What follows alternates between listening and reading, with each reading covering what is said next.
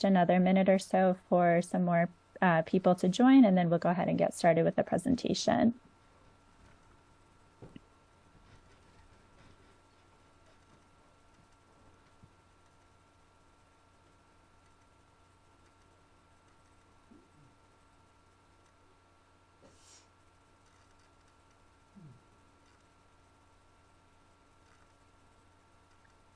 All right, so we will go ahead and get started this morning, and more folks will join as the minutes go by. So good morning and hello, everyone, and welcome to today's webinar, which is hosted by Hepatitis Delta Connect. My name is Beatrice Sovich, and I'm a public health program manager at the Hepatitis B Foundation and the manager of our Hepatitis Delta Connect program. Thank you all for tuning in today. Today's webinar is focused on research that was recently published in the Journal of Hepatology, which includes important data about health-related quality of life and patient-reported outcomes for individuals living with hepatitis delta.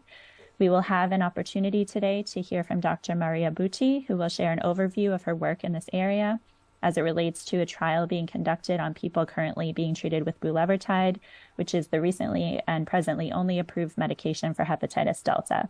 So we're looking forward to a great presentation. Next slide, please. So before we get started, I would like to remind all participants that during today's webinar, all audience members are muted. We encourage you to use the chat feature to let us know who you are and where you're joining from. And if you have any technical challenges, please indicate your issue using the chat box, and we will address it as soon as possible. At any time during the presentation, you can enter questions into the Q&A box, and questions will be addressed by Dr. Bути at the conclusion of the presentation. The session is also being recorded, and presentations will be shared following the webinar. Next slide, please. Thank you. So just a quick overview of our program.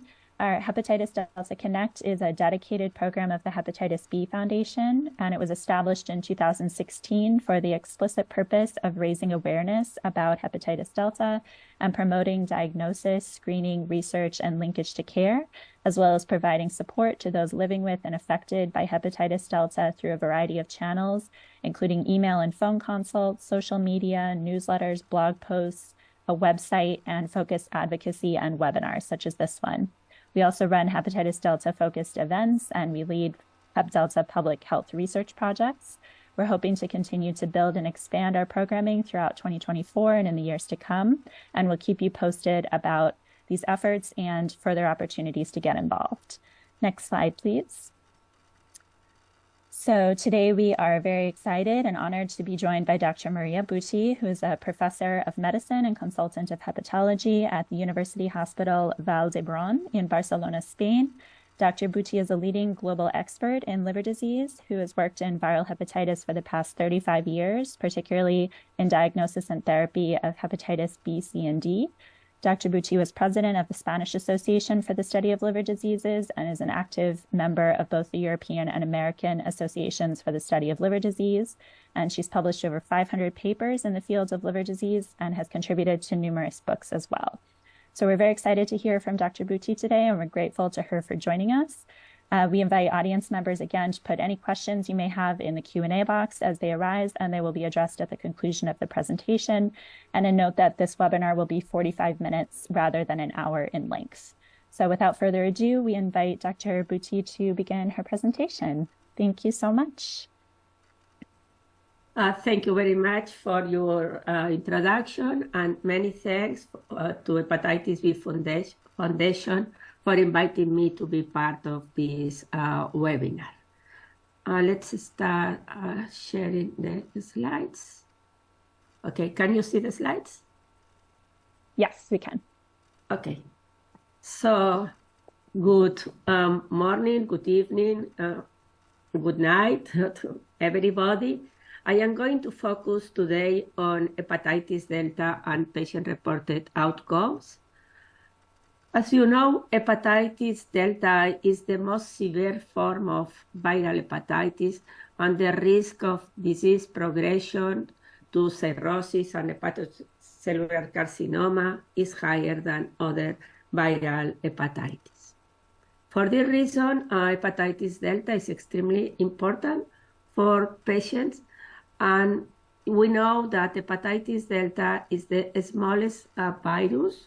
It's a single-strand RNA genome, which is associated with viral proteins, and always hepatitis delta needs an envelope that is provided by hepatitis B surface antigen.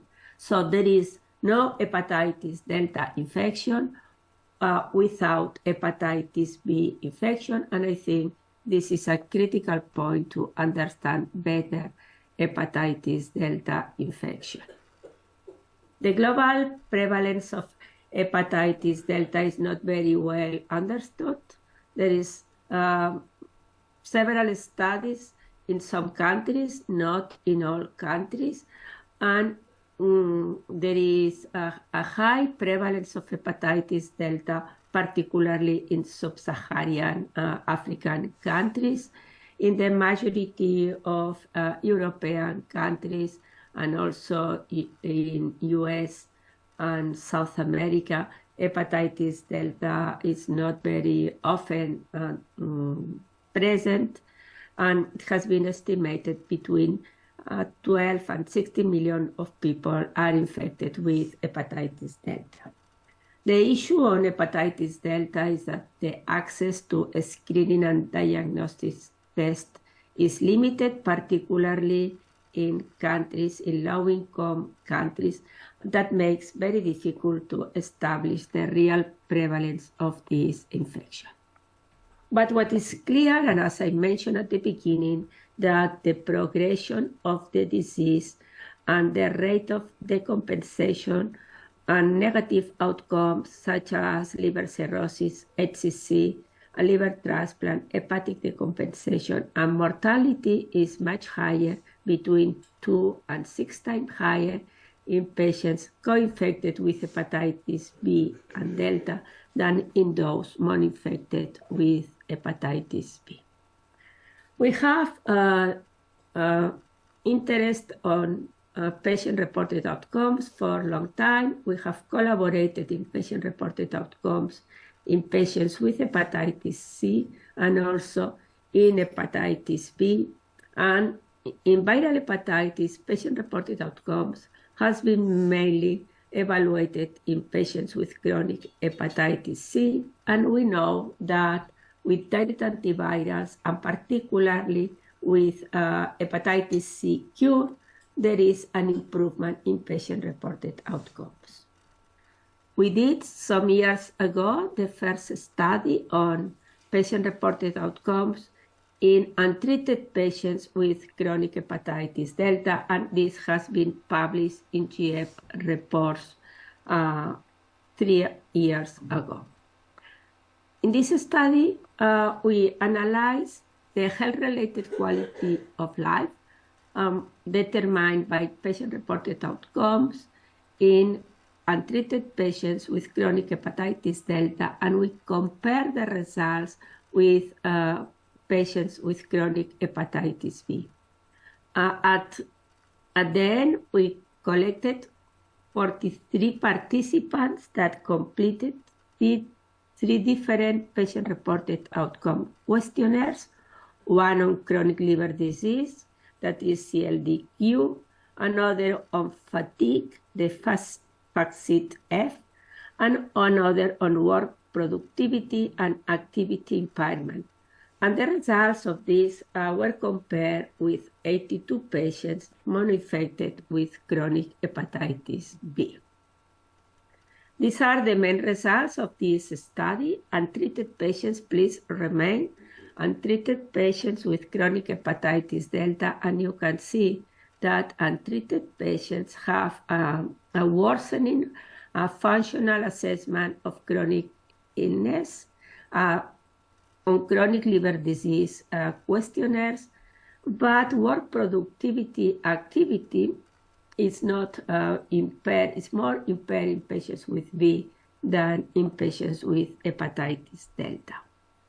So in summary, and this is the graphical abstract of this paper, in this cohort of patients with B and delta, using these questionnaires of patient-reported outcomes, we find that patients with Delta have worse score, particularly worry, abdominal symptoms, also in fatigue, physical well-being, and emotional well-being, but there is work productivity and activity remains preserved. After this, we have work in patient-reported outcomes in patients treated with bulevirtide. As you know, there are 2 treatments available for hepatitis Delta, at least in Europe, PEG interferon and bulevirtide. And what we have done with this entry inhibitor, bulevirtide, it's an entry inhibitor for hepatitis B and Delta. It blocks the receptor, the NTCP receptor, which is the receptor that use hepatitis B and of course also hepatitis Delta to entry to the cells. It's a drug approved and very often used in Europe for patients with hepatitis Delta. And it's administered with a daily subcutaneous injection. The safety profile is excellent. There is only an increase in bile acids, but this increase doesn't translate in any clinical manifestations.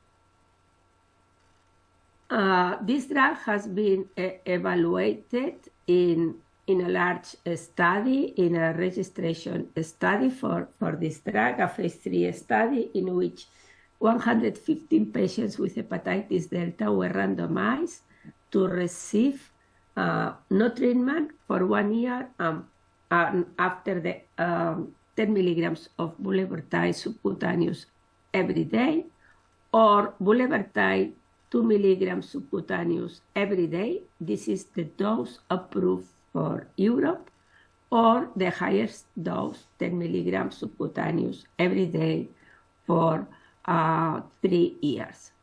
And in this study, quality of life has been analyzed in different time points: at baseline, at week 24, at week 48, after 1 year, after 2 years, and now after 3 years of treatment. Patients were randomized 1 to 1 to 1. It's an open label study and were stratified by the presence or absence of liver cirrhosis. I am going to focus with the approved dose in Europe, that is 2 milligrams versus control during the first year of treatment. And you can see that the baseline characteristics, the demographics are very similar. Half of the patients in this study had liver cirrhosis. That is very usual in patients with hepatitis Delta, and there is no difference between both groups.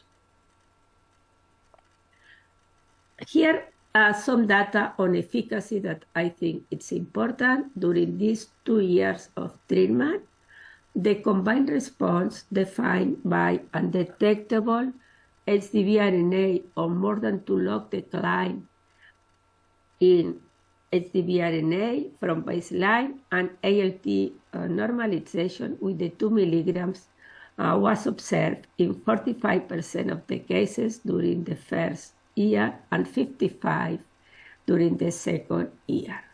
This it was translated in an overall virological response of 74 and 76% in the first and second years, and with a lower proportion of patients with ALT normalization. And you can see that this contrasts with the delayed treatment with the control group, that during at the end of the first year, only 2% achieved combined response, 4% virological response, and ALT normalization 12%. I would like to highlight the viral response and ALT normalization increase with longer-term bulevirtide treatment.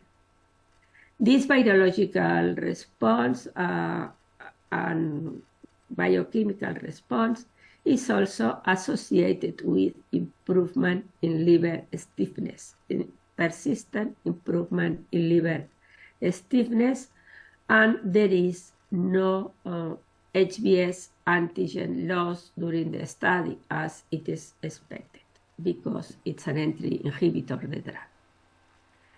Now, let's go to the patient-reported outcome. Here, the questionnaires used are a bit different than those used in my study. Here, the health quality of life was analyzed by the 36-item short form health survey questionnaire. And in this questionnaire, there is also an additional question specifically for hepatitis. So a total of 15 supplementary questions are in this survey. And we analyze the changes at these different time points, and higher scores indicated better quality of life. So here you have the results at week 48 in the 49 people treated with bulevirtide, and you can see and in the control group in blue those treated with the drug. And we can see an improvement in the majority of the domains: physical domain, role physical, bodily pain, general health, vitality, and so on. And for me, what is also most important, it's an improvement in disease-specific questions, in health distress, positive well-being, and health limitations and health distress. So this is during the first year, and then we look what happened in the follow-up at week 48 and week 96. And again, you can see here improvement in the majority of the components of the patient-related outcome. And this improvement is maintained and even increased during the follow-up after the second year.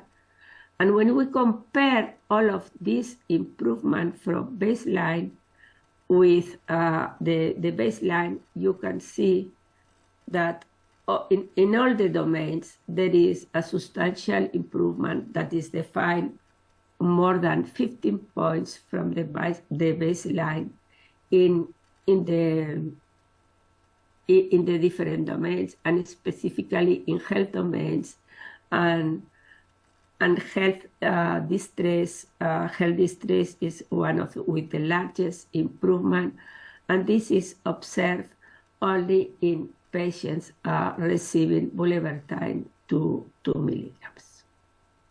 So this study has some limitations, and I think it's important to report the limitations. And the limitations, the first limitation is that the study, it's an open label trial design. This sample size is relatively small. There is 49 patients in the treated group and 49 in the control group. The study is mainly performed in Europe. There is no patients from other continents like Africa, and very few Asian patients. So these are probably the main limitations, and these limitations may reduce the sensitivity of the questionnaires to detect difference in patient-reported outcome between the treatment and control groups, and prevent broad generalization of these outcomes to all populations groups. And it's important in health quality of life studies have different populations from different countries, because the results can be generalized. Additionally, there is an inherent detraction of PRO's questionnaires in the subjective nature of patient response, which may differ as I mentioned, across race, ethnicity, and also geography and country. And finally, due to ethical considerations, the control group was only for the first year. So beyond 48 weeks, there is no control group because all patients were receiving treatment. And this is a limitation because it's only analyzed in a short term. So in conclusion, I think patients treated with bulevirtide 2 milligrams reported numerically graded improvements from baseline to week 24 and beyond in all domains. More domains improvements, including general health, bodily pain, vitality, social functioning, and role emotional, were observed with bulevirtide 2 milligrams than the delayed treatment, the control group. But further research is needed to understand better the burden of illness, the course of the disease, and the long-term effects of treatment on patients' health-related quality of life. And now this study treatment finished after 3 years, and there will be follow-up under treatment with, again, evaluation of PROs. And I think this will be really also important to see what happened with PROs when treatment is stopped, and if it's maintained, not only the virological response, also the improvement in the quality of life. So I think this is all, and we can open the discussion if you like. Thank you so much, Dr. Bути. This was a great presentation, and thank you so much for your work on incorporating these important aspects of health-related quality of life into studies of new medications. We had a couple questions come through. So one is from Rav in Canada, who mentioned that thank you so much for this presentation. As living with hepatitis B and Delta for almost 40 years and developed compensated cirrhosis, and recently went through 48 weeks of treatment with PEG interferon and achieved undetectable levels of hepatitis B and D. Based on these studies, is it reasonable to expect some improvement in liver stiffness, in your opinion? Yeah. Thank you for the question. I think you have to expect improvement in liver stiffness. This has very well proven in patients with hepatitis B and with hepatitis C. When the virus becomes undetectable, there is improvement, particularly because one of the components of the FibroScan is inflammation, and there is a reduction in the inflammation. I expect that your score will decrease during the follow-up. And congratulations to achieve undetectable viremia, because this happened, but not in 100% of patients, like in hepatitis C. Elimination of Delta virus is less frequent. It's more difficult than in other viral hepatitis. Perfect. Thank you so much. We have another question that came through. This is an excellent presentation. It is exciting to see PROs being used for hepatitis Delta treatment to assess quality of life impact. What do you think it will take to get quality of life assessment included in future medical society guidelines for the management of hepatitis B and Delta? Thank you, Chari. Thank you for the question. I think it's really important to include in guidelines patient-reported outcomes. Not only patient-reported outcomes, I am in favor that patients living with diseases are also part of the guidelines.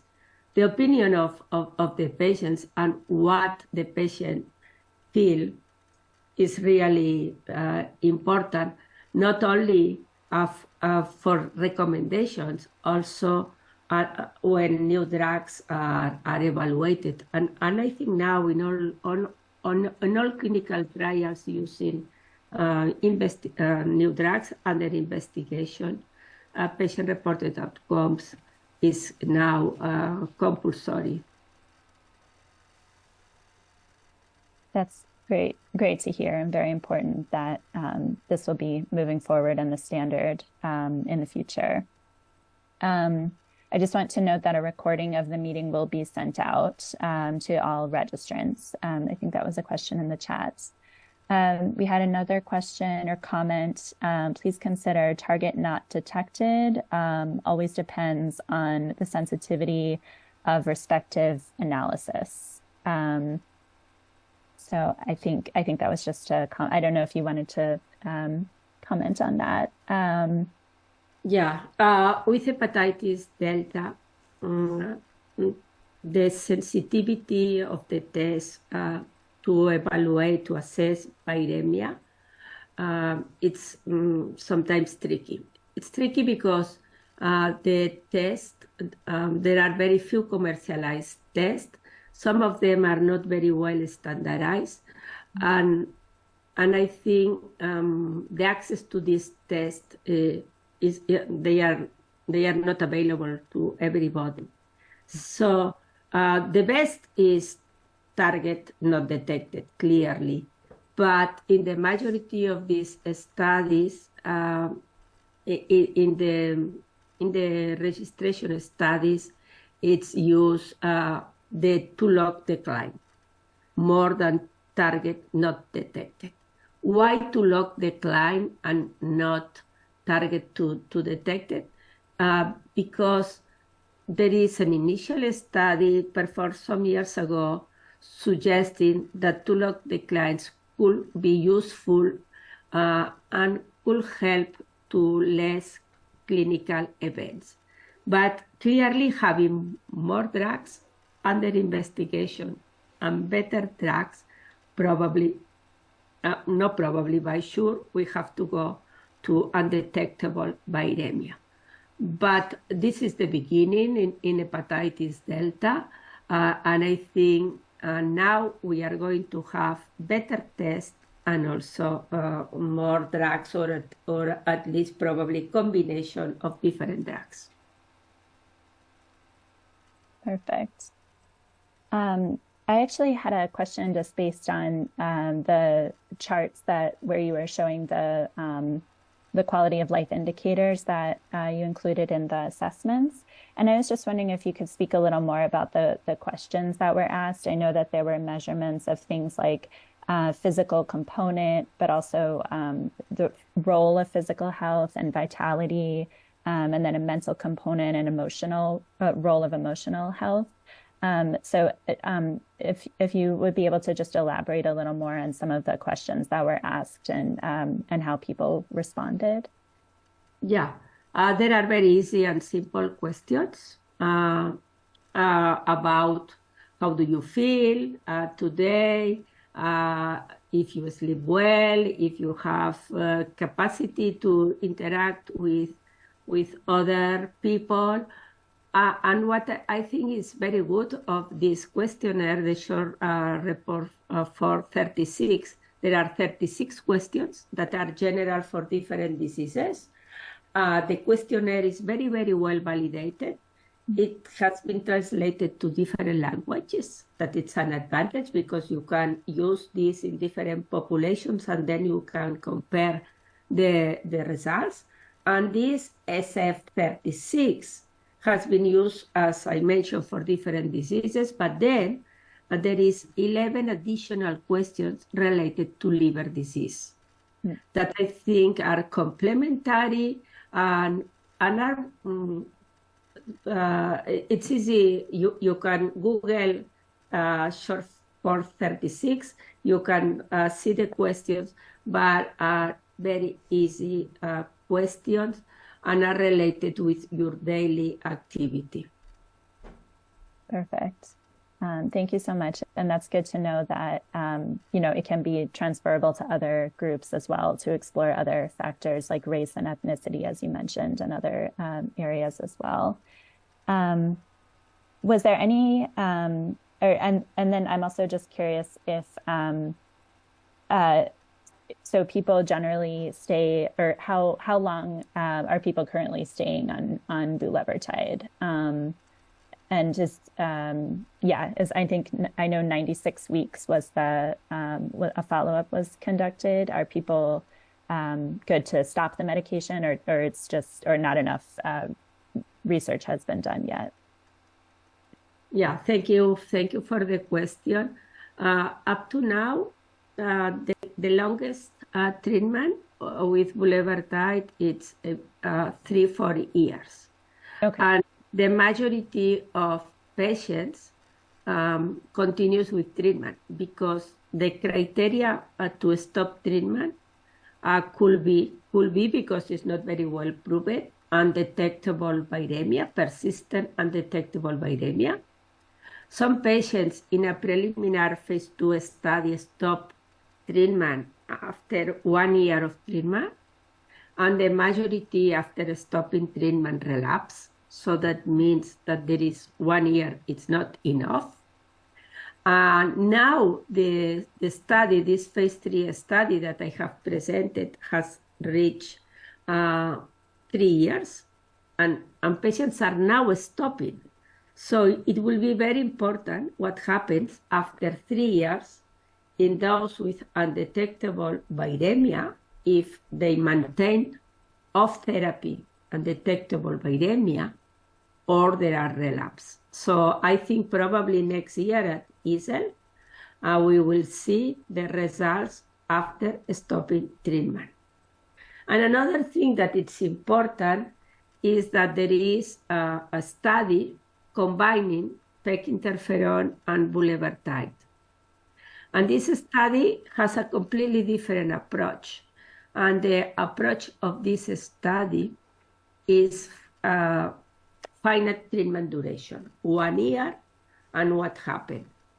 And we know, and this has been recently presented, that some patients, approximately 30% of patients, achieve persistent undetectable viremia.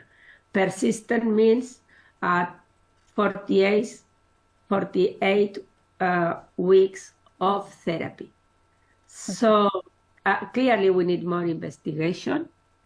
In my understanding, I have never seen patient-reported outcomes in patients under combination therapy, but using interferon, I am sure that patient-reported outcomes during treatment will be worse than with monotherapy with bulevirtide alone. So clearly we need more research in hepatitis Delta and more awareness. So I think having this type of webinars that are promoting awareness and also increase screening and diagnosis are really important. Yes, absolutely. There's still so much. The story is still very much unfolding. And there's a long way to go in terms of still continuing to test people for hepatitis Delta and get accurate epidemiology as well. I just had one other question, and I was just wondering if anything about financial strain was assessed as part of the patient-reported outcomes. I know many people who have access to bulevirtide are in Europe, where socialized medicine is more prominent. But were there any financial concerns with taking the medication that were expressed at all? Yeah. As you mentioned, in Europe, in the majority of countries with our public health system, drugs are provided free for patients. But we have some limitations depending on the country. Okay. In the majority of countries, it can be given without any problem in patients with liver cirrhosis. But in patients with less disease, less liver disease, like chronic hepatitis or low fibroscans is not reimbursed for the healthcare system. And and I think this is the limitation, that in some countries they ask for some degree of liver damage, that means the presence of liver cirrhosis, to have free access to the medication. Okay. Yeah, I know that can be a big concern in other places, such as, when the medication hopefully gets approved in the United States, cost barriers will likely be an issue. So that's good. That's good to know. So I think that I don't think there's any other questions, but we so appreciate your time and this great presentation and very, very important work. So thank you so very much.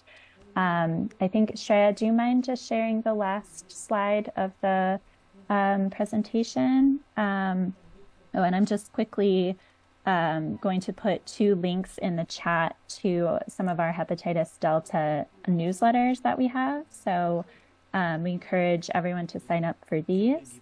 But just a big thank you to everyone for joining today's webinar and to Dr. Bути, our wonderful speaker. We hope that you found this to be informative and valuable to your work and life, and that you can apply some of this information moving forward or have learned something new. We encourage you to complete the evaluation form when the webinar concludes. And again, a recording of the webinar will be emailed out to all registrants. Again, we encourage you to sign up for our newsletters for both providers and people living with hepatitis Delta, to be added to our mailing list, where you can receive regular updates about hepatitis Delta drug development, clinical trials, research, news, and events like this one. You can find those links in the chat, and those will also be emailed out after the presentation as well. And please do feel free to reach out and get in touch with us using the contact information on the slide, and to visit our website for more information. And we thank you so very much again for joining, and thank you, Dr. Bути, for being with us. We really, really appreciate it. Thank you again for the invitation. It has been a pleasure. Wonderful. Thank you so much. Have a great rest of the day, everybody.